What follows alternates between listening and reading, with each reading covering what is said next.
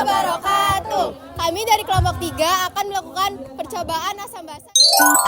Tujuan dari percobaan ini adalah untuk mengidentifikasi sifat suatu zat dan mengukur tingkat keasaman atau kebasaan suatu zat.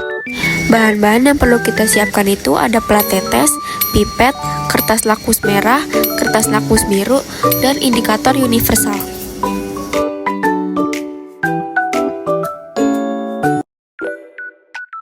Tujuan pertama yaitu menggunakan kertas lakus merah dan biru serta indikator universal. Teteskan 4 cairan ini ke dalam plat tetes yang sudah kita siapkan.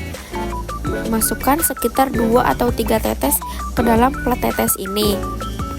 Ini adalah hasil pengamatan pada kertas lakus merah, biru, dan indikator universal. Pada kertas lakus merah, cairan A tidak berubah warna yang artinya bersifat basa. Cairan B dan D menjadi biru, maka zat tersebut bersifat basa. Dan cairan C tidak berubah karena zat tersebut merupakan zat dengan pH netral atau bisa disebut dengan 7. Lalu pada kertas lakus biru, cairan A berwarna merah karena cairan A bersifat asam. Kemudian pada cairan B dan D tetap biru karena bersifat basa. Kemudian pada indikator universal sebelumnya, jika pH di bawah dari 7 maka bersifat asam, dan jika lebih dari 7 akan bersifat basa. Pada cairan A bersifat asam karena memiliki pH 1, lalu pada cairan B memiliki pH 11 maka bersifat basa. Pada cairan C memiliki pH 7 maka bersifat netral, dan pada cairan D memiliki pH 8 maka bersifat basa. Kemudian, kita akan melakukan percobaan asam basa pada bahan alami. Di sini kita memiliki 6 sampel bahan alami yang berbeda. Pada kelompok kami menggunakan kulit manggis sebagai bahan alaminya. Ambil bagian dalam kulit manggis, kemudian haluskan menggunakan mortel dan alu. Tambahkan air panas agar bercampur menjadi cair. Saring agar tidak ada bahan yang masih menggumpal, sehingga hanya menyisakan sisa airnya saja. Kemudian, masukkan ke dalam pipet tetes secukupnya. Bila perlu, aduk menggunakan spatula jika ingin melihat perubahan warna yang lebih meyakinkan. Bahan lainnya ada wortel, kunyit, jeruk nipis, bunga telang, dan buah naga. Ini adalah hasil pengamatan percobaan dari 6 bahan alami. Yang pertama dari kulit manggis.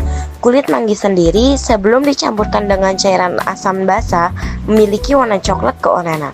Pertama, kulit manggis dicampurkan ke dalam larutan A menghasilkan warna yang kuning lumayan pudar. Lalu, di dalam larutan B, kulit manggis berwarna coklat kemerahan. Lalu, pada cairan C berubah warna seperti larutan A akan tetapi lebih tua, dan pada cairan D warna menjadi mirip dengan larutan C tetapi warna sedikit lebih tua. Kedua, pada kunyit. Warna kunyit sebelum dicampurkan dengan cairan asam dan basa memiliki warna kuning. Saat kunyit dicampurkan ke cairan A, ternyata menunjukkan perubahan warna kuning terang dan bisa disimpulkan cairan tersebut adalah asam. Kemudian, pada cairan B, ternyata perubahan kunyit tersebut menjadi warna coklat kemerahan, yang berarti cairan tersebut basah. Lalu, pada cairan C, kunyit tidak menunjukkan perubahan warna, yang berarti cairan tersebut adalah cairan netral. Dan pada cairan D, warna kunyit berubah menjadi sedikit oranye. Yang ketiga, pada bunga telang. Bunga telang sendiri memiliki warna biru pekat. Bunga telang ini dicampurkan ke cairan A menghasilkan warna pink.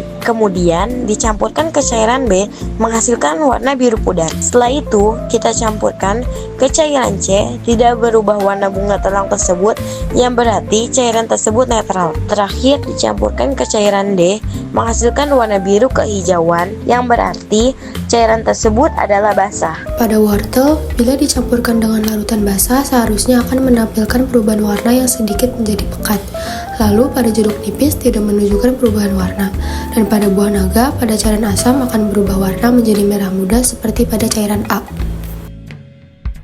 Kesimpulan dari percobaan ini adalah kita dapat mengetahui sifat asam dan basa menggunakan kertas lakus biru dan merah, serta indikator universal.